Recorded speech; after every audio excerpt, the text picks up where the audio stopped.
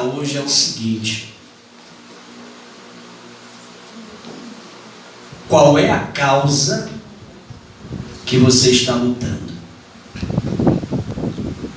Ou por qual causa que você está lutando?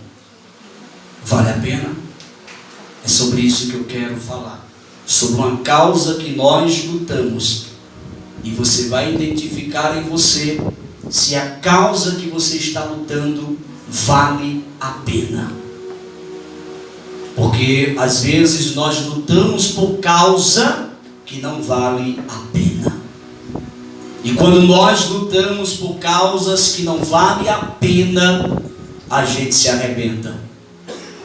Mas quando a gente lutamos por causas que vale a pena, pode ter certeza que o resultado é de muita vitória, irmão. Jacó, ele foi o terceiro patriarca.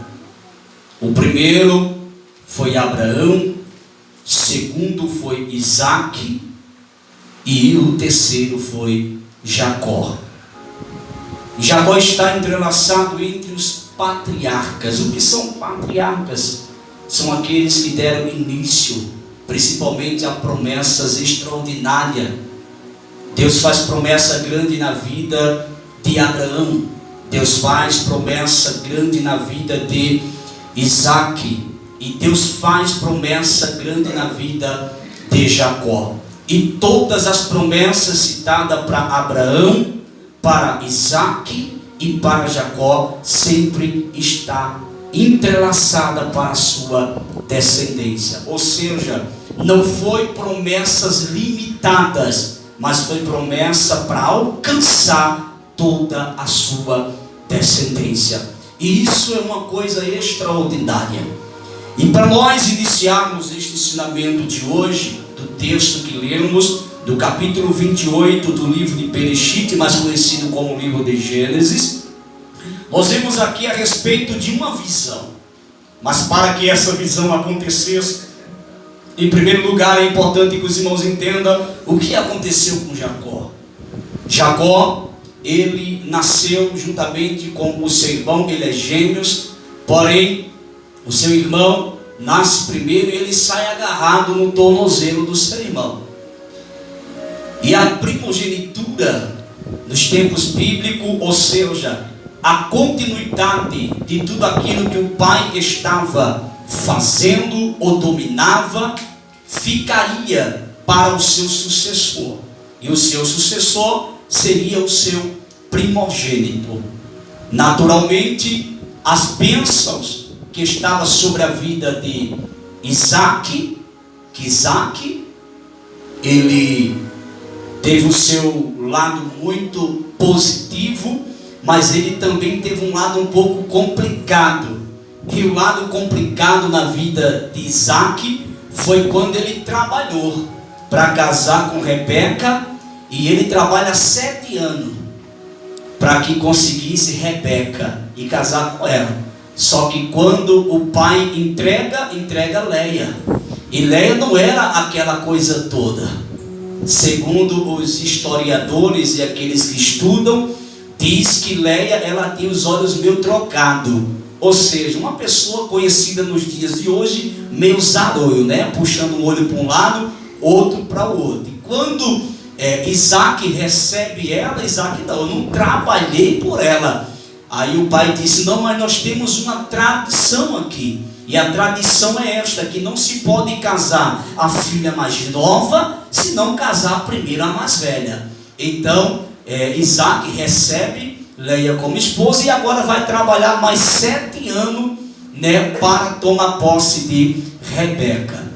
E nós sabemos que Isaac, ele foi alguém que marcou o seu tempo, foi um dos patriarcas que também marcou o seu tempo. É por isso que em muitas das vezes, e muitas das orações foram citadas no Antigo Testamento, Deus de Abraão, Deus de Isaac e Deus de Jacó, porque foram homens que marcaram a época em que peleavam sobre essa terra. Jacó, ele agora vai tomar conta da primogenitura do do seu irmão. Mas quando Jacó ele vai tomar conta da primogenitura do seu irmão, é interessante, não, há quem pregue, há quem ensine e chama Jacó de enganador. Não, Jacó não é enganador do seu irmão. Quem lê Bíblia, quem conhece Bíblia, sabe que Jacó comprou a primogenitura do seu irmão, quando seu irmão vinha do campo e pediu para ele um prato de lentilha, ou seja, uma alimentação. E naquele momento ali, ele faz uma troca com Jacó. Jacó entrega para ele um prato de lentilha, ele se alimenta e em troca, o seu irmão lhe dá o direito da primogenitura. Então, Jacó não enganou o seu irmão. Porém, é importante que os irmãos entendam também que muitos pegam a expressão de quando ele vai chegar diante do seu pai, que já não enxergava bem, ele vai colocar pelos de animal sobre os seus braços e vai chegar até seu pai. E quando seu pai vai abençoar, olha para os braços dele, toca e vê que é um braço peludo, porque o seu irmão era peludo. Então ele diz: olha, verdadeiramente os braços aqui que eu estou tocando é de Ismael? Esaú, melhor falando, obrigado por me corrigir, Esaú. Porém a voz é de Jacó, ou seja, o pai conhece a voz do seu filho. Isso é uma coisa linda que os irmãos já começam a entender aqui. O pai, ele conhece a voz do seu filho. Então naquela mesma hora ali, Isaac ele vai abençoar a Jacó, pensando que estava ali o seu primogênito. Mas a pergunta é: houve engano aí? Não, em parte não. Por que eu digo que em parte não houve engano? Porque a primogenitura já tinha sido comprada, o seu irmão já tinha vendido ela. Mas é natural que para que a bênção viesse sobre a vida de Jacó, ele tomasse o direito da primogenitura e se cumprisse o acordo que foi feito com o seu irmão, ele precisava se passar pelo seu irmão para que seu pai transmitisse a bênção. Então, em parte, há uma observação a ser feita: a primogenitura foi comprada, a primogenitura ela foi negociada.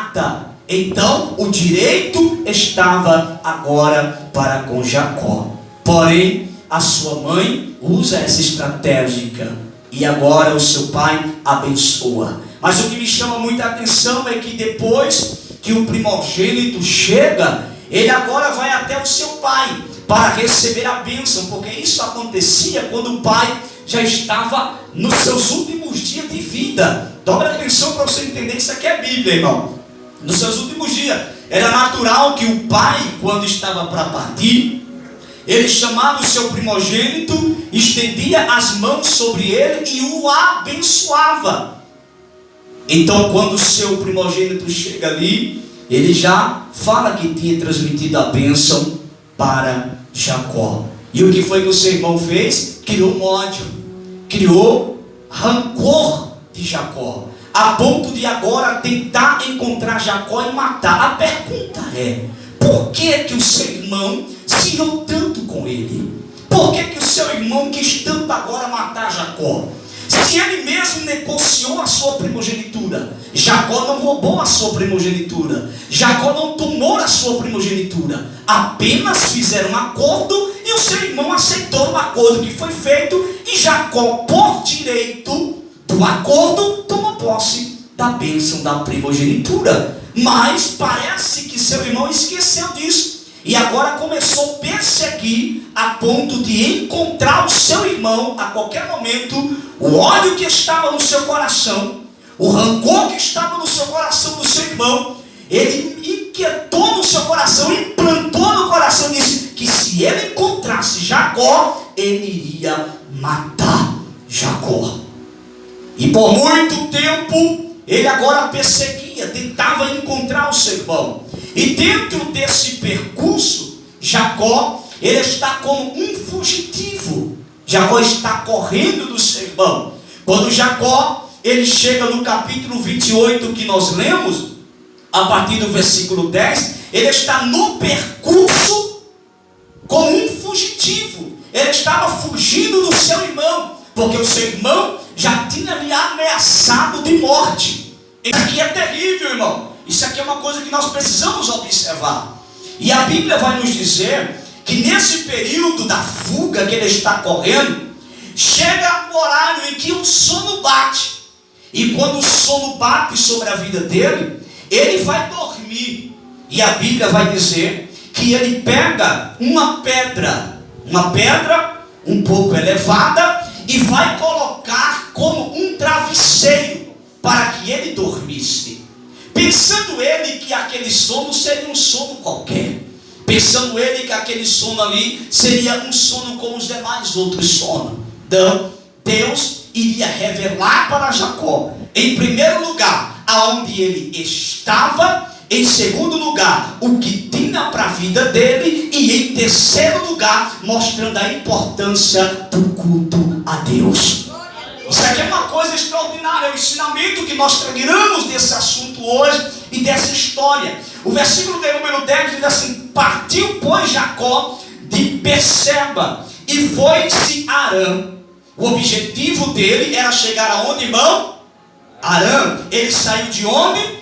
De Berseba, aonde ele habitava, e ele vai a Harã. O que tinha lá em Harã? O que existia lá em Harã? O seu irmão, o seu tio, melhor falando, o irmão da sua mãe. E também aonde estava quem? Rebeca, que seria, ou seja, perdão, corrigindo aqui corretamente, Raquel, né? A gente mistura aqui porque Isaac, que era o pai, casou com Rebeca, a gente acabou misturando aqui. Mas ele vai para lá porque ele sabia que lá seria um lugar aonde ele iria ter refúgio. E lá, chegando naquele lugar, ele vai para a casa do seu tio. Porém, antes de chegar lá, ele dorme. E quando ele dorme, ele tem uma visão. Diga comigo para você decorar: Jacó teve uma visão. E quando Jacó está tendo uma visão, algo extraordinário acontece. Me acompanhe. Chegou a um lugar onde passou a noite, porque já o sol era posto. Ou seja, chegou a noite, precisava dormir, precisava descansar. E tomou uma das pedras daquele lugar e a pôs por sua cabeceira e deitou-se naquele. A pergunta é: a pedra era fofinha? Não. Era uma pedra. Você já imaginou você dormir com a cabeça inclinada sobre uma pedra? A gente tem travesseiro que particularmente tem hora que a gente quer jogar no lixo, de tão ruim que é de dormir. Imagine botar a cabeça sobre uma pedra para dormir. Só que aquela pedra tinha um significado. Deus iria usar aquela pedra para um significado. E é sobre estes pontos que eu quero revelar para vocês aqui. E sonhou, e eis que era posta na terra uma escada. No sonho que ele tem, ele vê uma escada. E não era a sua escada não, você não durma não. Sim. E não era a escada do auxiliar Leandro, não. Não, era uma escada que ela era conectada na terra para o céu. Era uma escada surreal, era uma escada extraordinária. E a Bíblia vai dizer assim aqui, cujo topo tocava nos céus. Aí ele vai dizer: e eis que os anjos de Deus subiam e desciam por ela.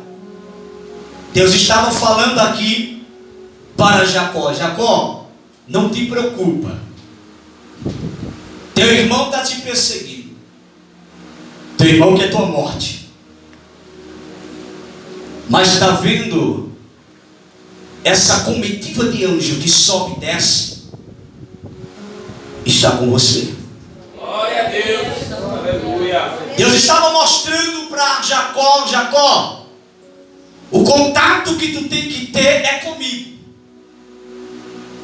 Se tu tem contato comigo, não te preocupa com contato com teu irmão. Porque se tu tem contato comigo, tu verás uma escada todas as vezes que for preciso. E anjos que vai subir ao teu respeito e também descerá ao teu respeito. Glória a Era isso que Deus estava revelando para ele. Jacó, olha para cima, porque se tu olhar para o horizonte, tu vai ver teus irmãos te perseguir. Se tu olhar para o horizonte, tu vai ver pessoas tentando o teu mal. Mas se tu olhar para cima, tu vai ver que há anjos ao teu respeito que trabalham pela tua vida e pelos projetos que eu tenho com você. Então é importante que você entenda isso aqui. Aí o versículo de número 13 vai dizer assim: e eis que o Senhor estava em cima. Por que o Senhor não estava descendo e subindo na escada? Porque o lugar do nosso Senhor é no trono. Quem está em cima tem poder. Quem está em cima tem autoridade. E quando fala que os anjos subiam e desciam, era o próprio Deus falando: vai lá, faz isso, depois sobe para cá, depois tu vai descer de novo e vai fazer todas as vezes o que eu mandar. Por quê? Porque quem está em cima é que dá a ordem. Aprenda isso. Quem está em cima é que tem a palavra direcionada. Quem está em cima é que tem a direção. E quem tem ouvido para ouvir, que ouve e obedece. Sobe na hora que tem que subir, desce na hora que tem que descer, porque tem que obedecer quem está em cima. Glória a Deus. Hierarquia. A hierarquia começou no céu, não foi na terra. Obediência a quem tem autoridade maior. Isso é lindo, né, irmãos? Mas vamos continuar aqui. Então o versículo de número 13, repetindo: e eis que o Senhor estava em cima da terra e disse. Além dele ver anjos subindo e descendo, o Deus agora vai falar com ele. E disse: eu sou o Senhor, o Deus de Abraão, teu pai, e o Deus de Isaac. Agora a pergunta que eu quero fazer aqui, e eu quero que os irmãos me entendam. Isaac, ou seja, Jacó era filho de quem? De quem, irmãos? E por que Deus fala para ele desta forma aqui? Eu vou repetir para você entender. Versículo de número 13. Vou repetir. E eis que o Senhor estava em cima. Algumas traduções topo. Essa coisa de tradução me dá uma dor de cabeça. E disse: eu sou o Senhor, o Deus de Abraão, teu pai. Mas o pai não era. Sabe o que significa isso aqui, irmão? Que alguém pode te perguntar a qualquer momento. Isaac também é teu pai. É? Quem tem fé aqui, levanta a mão. Só quem tem fé. Quem não tem, você tem fé? Abraão, ele é o quê? Pai da fé. Você tem fé? Então, por intermédio da fé, ele é considerado nosso pai. Por intermédio da fé. É por isso que Deus fala desta forma para Isaac: teu pai, o Deus de Isaac, esta terra em que estás deitado, darei a ti e a tua promessa para o futuro. Aí o versículo de número 14: e a tua semente será como o pó da... Irmão, veja que coisa. Só houve 3 personagens na Bíblia que recebeu promessas assim, para que toda a descendência alcançasse as promessas. Porque em Abraão, irmão, nós também somos abençoados. Sabiam disso? Quando Deus fala com Abraão, manda que ele olhe para o céu e conta as estrelas. Ele não consegue contar as estrelas e falar: assim será a tua promessa enorme, sem limite. Quando fala com Isaac, fala da mesma forma. Quando fala com Jacó, fala da mesma forma. Quando fala de semente, está falando de descendência. Está falando daqueles que viriam depois, até chegar nos dias de hoje que nós estamos. E a tua semente será como o pó da terra. Olha que coisa. E estender-se-á ao ocidente, ao oriente, ao norte, ao sul. E em ti a tua semente serão benditas todas as famílias da terra. em Abraão, em Isaque e em Jacó. Todos nós somos abençoados. Glória a Deus. Isso é interessante. E eis que estou contigo, promessa individual, e te guardarei por onde quer que fores, e te farei tornar a terra, porque te não deixarei, até que te haja feito o que tenho